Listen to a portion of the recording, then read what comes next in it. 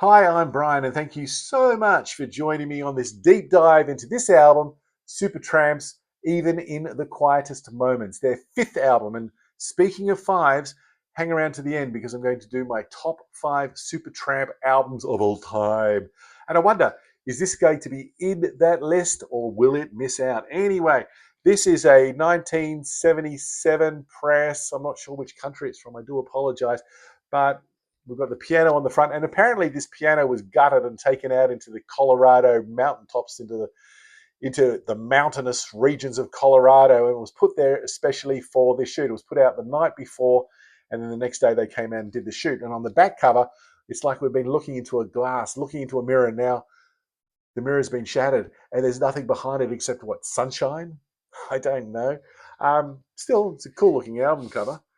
On the in it, we get the inner sleeve as well with all the lyrics. There's Rick, etc. Now here's a bicycle helmet being thrown up in the air, but our dude over here is smoking a cigarette and has no idea that it's coming. And there's Roger going,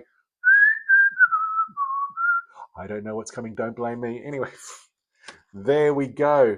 I just noticed this for the first time. Rick's doing a bit of promotion for the band here, wearing the Supertramp t-shirt. Anyway, came out on the A&M label. There it is. And it needs a clean. I mean, when you don't hear that all the way through it, that snap, crackle, and pop monster going around, when I'm going to give it another saturated clean, I'm sure it will sound better. But when you don't hear that snap, crackle, and pop, it sounds really great. So this album came out between the Meisterwork, I'm losing the words, the absolute masterpiece of Crime of the Century. And no, it didn't. What am I saying? It came out between Crisis and Breakfast of Champions. No, it's Breakfast in America. I'm getting there. But this is a more complex and moody and emotional album for me than those two. And it did get to top five in Australia. And where did it go to overseas? Got no idea. I think it's top 20 overseas. And it features, we've got Rick Davies on a million different types of piano and keyboards. We've got Roger Hodgson, who's playing a million different guitars. We've got Dougie Thomson on bass. What a great showing from him. Bob Siebenberg on the drums, and John Helliwell on the saxes. It was their first gold album in America, and I picked it up. It's good. How good? That's what we're going to find out. Let's hit it.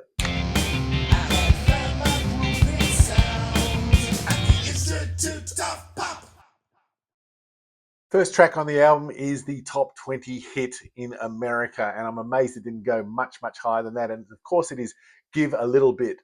The 12-string strumming really sets up the song, and for Roger's impassioned vocals, absolutely beautiful beginning. It's a gorgeous, gorgeous pop song, and I love the break with the saxophone playing. And when the full band, and in particular the keyboards, come in, it offers a sumptuousness to support and lend its assistance to this romantic pleading.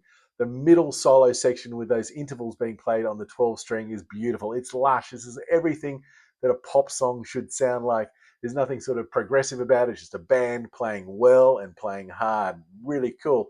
Then we go into Loverboy, or maybe it should be Gigolo Boy or something like that, because apparently the subject matter came from advertisements in men's magazines. And Rick picked up on this and wrote a song called Loverboy. The simplicity of the sort of optimistic major style music that begins this jaunty ditty is really cool, and I love Rick's voice. I'm somebody who just tends to side on the, if it's a Paul versus John type thing, I tend to go with Rick over Roger, but they're both incredibly brilliant. And I love how that simplicity of that verse then transforms into a more mystic section, creating a melancholic mood. So the song is sort of like part music hall, back in the days when we used to have music halls. I'm old enough to understand that or appreciate or remember that. And it's part prog wonder. There's some moments in this song where it takes you where it goes and you're just not sure how you got there. I love the lead guitar through the second part of the verse, or the part of the second verse. And what becomes immediately apparent listening to this is these guys could play. There's not a weak link in the band. And the wistful na-nas, na-na-na-nas. I'm singing them. I absolutely love them. And that's a great way to take the song out. But once it goes out, count to three. 1, 2, 3.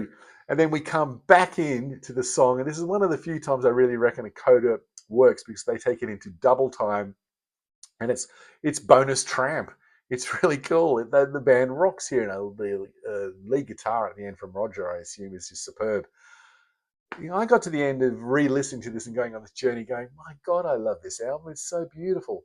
And even though I'm thinking about it through Give a Little Bit and Loverboy, the most beautiful moment comes next, and it's the title track, Even in the Quietest Moments.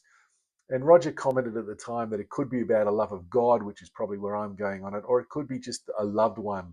Whatever the hell, it's sublime. It's perfect for that sort of relationship and conversation with God. The sounds of birds tweeting is beautiful, followed by a bass synth, the 12 string and the clarinet set up this beautiful pastoral nature to this song perfectly. And then Dougie creates this melodic counterpoint all the way through it. He's carrying the melody and he's carrying the funk and he's carrying the groove. What else can this man carry, the Dougie? And we've got this yearning, beautiful yearning vocal from Roger. So that's what I'm saying. To try and differentiate Roger and Rick is just really, maybe it's sort of like Rick's songs. And I think they're both incredible. I think I'm just going to shut the hell up on this one. And some lyrics, if I can read to you. And even though the stars are listening and the ocean's deep, I just go to sleep. I'm not sure how to take that, but it sounds beautiful. And then I create a silent movie. You become the star. Is that what you are, dear? And the build up throughout the song of this impassioned intensity is absolutely joyous. It just keeps lifting and lifting and lifting. It starts from such a quiet point to get to don't let the sun fade away. Great. The chanting backing vocals. I'm not sure if they're saying at the end, don't let the sun fade away. Don't, or is it come on and let the sun fade away? We've got these ethereal synths and keys, and the drums are just gorgeous as they build up. This is a pastoral slice of perfection. It is one of my favorite Supertramp songs of all time. It's just killer. And then from there, what's interesting is we go from that massive production, that incredible soundscape, the atmosphere and the mood of Even in the Quietest Moments, to just this beautiful solo piece that Rick plays. God, they bounce off each other well. And it's called Downstream. And he plays it on piano and sings it, and it's all recorded in one take. And can you write a better love song than this? Although I'm not sure. I've got two ways of looking at it. This is, talking to your partner and saying, remember that Sunday that we went downstream by the lake, by the ocean? That's the way we should hang on to that view for all time, because that's the nirvana, and we're capable of that, baby. Or we could be looking at it as somebody whose partner is now no longer there, and he goes back to that Sunday downstream by the ocean, and thinking, wow, how amazing was it? We can stay there. Anyway, the song celebrates relationships ups and downs, and the end result that love should be based on positive feelings and positive experiences, not the negative ones. And there's that sense, that it's almost wistful sense that maybe something has gone wrong.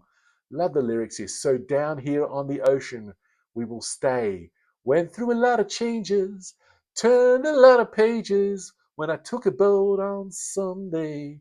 And the instructive thing in here is, why is it going way, like all the way home? And then the last bit of that is when I took a boat on Sunday.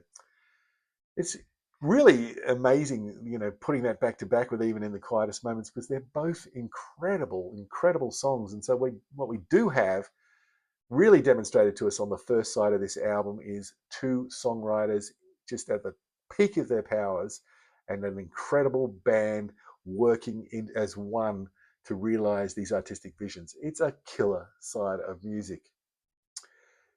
So let's go over to side two now, and we open with Babaji. And Babaji is something I had no idea of what it actually meant, but apparently it's a yogi or a guru who's held in respect, something like that. I sort of get that, because throughout this album we do get a sense that Roger is discussing life and situations with God, and it works really great. Now this song sort of moves into that sort of feel and the proggish territory perhaps of Crime of the Century. At least that's how it starts. And we've got that discussion with God going on. Oh, what is it that makes me believe in you? Now, the main arrangement of this song, down, down, down, down, down, down, down, down, to me, I know a lot of people like this song, and I like it as well, but I'm not sort of sold on this as the other songs on the album. It feels that rhythm feels a bit stodgy, a bit simple, and it feels as though the band doesn't quite have their groove working here. Even so, Roger is front and central and really on top of it. I mean, how does he get his voice so high? I'm asking you that question again. Beautifully counterpoints Rick's low voice. Really great. The ending is dramatic here. It's a build up to a majestic climax, but it doesn't quite get there for me as the music fades to end the song. I can't really put it into words. I mean, maybe it's the sameness in a sense of Roger's vocal here. The band not quite cooking on all cylinders or cooking with gas. Maybe it's just me. A lot of people love this one, as I've said. But so what? So what? Sorry. What does my opinion matter? I'm not saying so what to everybody who loves it. If you love it, then set it free, baby. Enjoy. From Now On comes up next, and I could really imagine that all the people who love Babaji and are screaming at their TV, all five of you, maybe say, but Babaji is my favorite song. What he likes From Now On, I love From Now On. I think this is just such a grand journey. And that opening piano, oh, wow. And the sense also, the music box or lullaby on the piano sounds incredible. It was an epic grower on me when I first listened to this album way back in the day. I don't know that I started loving it, but every time I listen to it, I love it more. And it's one of my three absolute favorite songs on this album. Rick's vocals are just perfect, combines lyrics focusing on the drudgery of life and the fantasy of being able to break the system and get out. Diamonds are all I ever need. What is it? Think I'll rob a store and live in Italy. Yeah. And then we have in the middle of the section this lullaby effect, which again has got that tinkering of the music box feel, beautiful melodic bass, sax, and the guitar and the solo, which is stunning, along with the production. The soundscape's amazing. I mean, I know they finished off this album. They started recording it in Colorado, but had to leave there because it was putting guitars and vocal cords out of tune, believe it or not, something I didn't know. And they finished the album at the record plant in LA, but the soundscape is incredible. You just hear everything on this album. I especially love when Dougie and Ben come in for that final section, and the call and response between the vocals and John's sax is just perfect. Guess I'll always have to be living in a fantasy. That's the way it's gotta be. Well, from now on. If only Elvis was around to do a copy of this or a version of this, it'd be a cover of this, it'd be so good. It is just a brilliant song. So much so that it couldn't possibly be bettered, could it?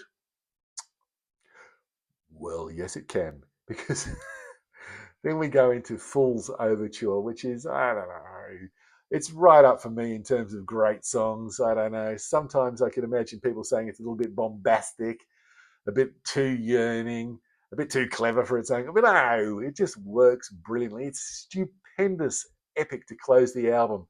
And it's like there's three different pieces of music being used. Apparently, Roger was working on this for around 5 years with these three different pieces of music. And then one day went, you know what? What if I put them all together? I mean, that's not what he was thinking, I'm sure. But what if he did put them together? And that's the puzzle that was solved, and it's incredible. It starts with that yearning piano and the mournful sweetness of the synth, which fades into the sounds of Big Ben and Winston Churchill giving his famous speech in 1940 in the House of Commons. We shall go on to the end. We shall fight on the seas and oceans. We shall defend our island, whatever the cost may be. We shall never surrender. And all of a sudden, one of my best friends is going to be yapping at the screen, because there's a lot of conversation between you and me and perceptions of what audiences are going to do. But he's going to be saying, I do a better Churchill than you, and he does. And then the bass and the synths pick up the groove. And they bring in the keyboards that rock. And no guitar has been played on this song so far.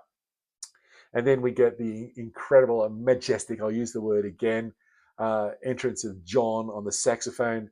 I'm not going to do it. Sax players have got that sound all to themselves, you know. And then we dreamily, after that beautiful solo, move back to the solitary piano and Roger singing. So what we have, in a sense, is the whole song, or most of it, has been played instrumentally, and then it goes from there back into the song with vocals. Cool choice, as far as I'm concerned. Now, Roger has said this is a bit of a downer, but Roger has said that the lyrics are essentially meaningless. But I reckon it's like this existential cry for help for the individual and for the country alike. Too late, the prophets cry, the island's sinking, let's take to the sky. And so you tell me that you find it hard to grow. Well, I know, I know. And you tell me that you have many seeds to sow. Well, I know, I know. I can't get up that high. I know. Boom, boom. Bang. Wouldn't it be better if we didn't have to worry about copyright claims? The full band enters so brilliantly, and it's such a positive thing in the way that John plays, is that he never overplays on saxophone. He just serves the song as they all do. Well, lifts the song. But then we're cut down by the winds of war and the singing of William Blake's Jerusalem. And there's even a sample of Dreamer from Crime of the Century on there.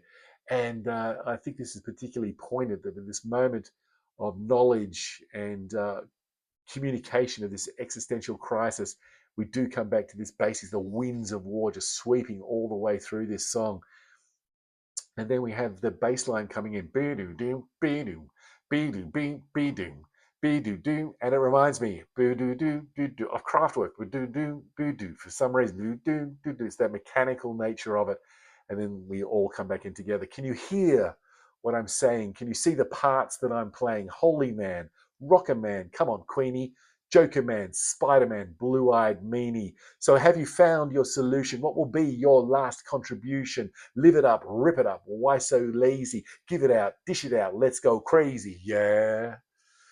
Oh, and then, you know, it doesn't go on. It doesn't extend itself into another 5 minutes. It's like, however long it is, it says that's the point to finish on that note at the end. And we got this sort of the sense of the orchestra tuning up at the end, which is really weird. It goes completely against those ideas of the orchestra tuning up at the start, like in Sergeant Pepper's, like in a song, I think it was A Perfect Lie from Jerry Harrison's Casual Gods album that I reviewed or talked about recently. And it's just perfect. It's absolutely perfect. I could talk about Fool's Overture, and I'd love to be having that discussion with you one-on-one and just talk about this song, because it's brilliant. I remember singing it so much back in the day, just as kids. What an impact this song had. Feel free to have a conversation and discussion about this in the comments. I'd really love to hear what you have to say. So, how good's this? How good is it? It's even going to be better once I give it that saturated cleaning. But then flip it over and let's listen to side one again. But I forgot my top 5 Supertramp albums. Okay, I'm going to cheat right from the start and say that my number 5 album, there was a concert of theirs that was played in London, I think 1975, maybe 77. But the only way I can determine it was that performance is that it's got a killer version of Another Man's Woman on it. Absolutely killer. And I used to have um, that whole concert on cassette, because I put the cassette recorder right up to the speaker on the TV and I recorded. And I was in my car for years. I knew every note back to front. And until some bastard broke into the car and stole all my cassettes. Can you even imagine somebody stealing cassettes these days? Um, so I know that's cheating, a bootleg, if you like, of that concert. But in lieu of that, go with Paris. I mean, I don't think it's nearly as good as that London performance, but it's still pretty great. Number 4, Brother Where You're Bound. I wasn't expecting anything out of this album when it was first released. But, you know, I've got that tendency towards Rick. And even though Roger's voice was definitely missing in his songwriting, it was like Rick almost had this batch of songs that was just good and ready to go. From right at the start from Cannonball up to Ever Open Door. It's just wonderful, the whole album. And, you know, got that massive title track. which has David Gilmour playing on it, and they released a full film, a 20-minute long video for it as well, which was just mind-blowing. Be easy to go with some other album, but I'm going with Brother Where You Bound at 4. And at 3, what do we got? We've got Even in the Quietest Moments. So I've just waxed lyrical about this album, and it's only number 3. How can that be? How could that be? Have I been muddled in my thinking at all? I don't know. But to me, you've heard me talk about it. It's unbelievable album. There's not a lot of gap between these top three. Number 2 is, of course, the first album. That's part of the soundtrack to my life. It has such a pastoral, bucolic feel to it. It's just so wonderful. And I know that it was played with different musicians, and then we went on to Indelibly Stamped, which was a different thing. I mean, very proggy on the first album, then very rocky on the second album, Indelibly Stamped. And I reckon putting those two together created something, but I'll talk about that in a moment. First album, have you listened to It's a Long Road recently? Obeyed and I'm Not Like Other Birds of Prey, Words Unspoken, Nothing to Show.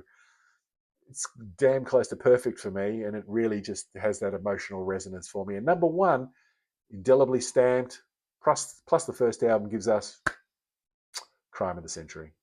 There were many years where if you had have asked me what I thought was my favorite song of all time, I would have answered Crime of the Century. But, you got School, you got Bloody Well Right, you got Dreamers, you just got those hits. And then every song on there's not a moment wasted. It was absolutely unbelievable. So there's my top 5. I'm going with London, Live in London. Check it out. It's on YouTube. I just, if I find the link, I'll give it to you, but particularly for that version of Another Man's Woman. Number 4 is Brother Where You Bound. Number 3 is Even in the Quietest Moments. Number 1 and 2 is Supertramp. And number 1 is Crime of the Century. Probably a lot of people would agree with me on number 1, but I don't know how much they'd agree with me on the rest of the list. Anyway, what an album. What a pleasurable experience. And a reminder, if music of any size, shape, sound, or Supertramp gives you pleasure, then I'm not going to argue with your top 5, your experience, your Supertramp, whatever. I think it's wonderful that we can share these ideas and share our love of music. I think it's a beautiful thing. But if you want to hear some more critiques or reviews or discussions of albums, why not try some of those? There's some good ones in there, and I think you might find something you enjoy. But until next time, I've got a groove. Hope you're staying really well, staying cool, and bye now.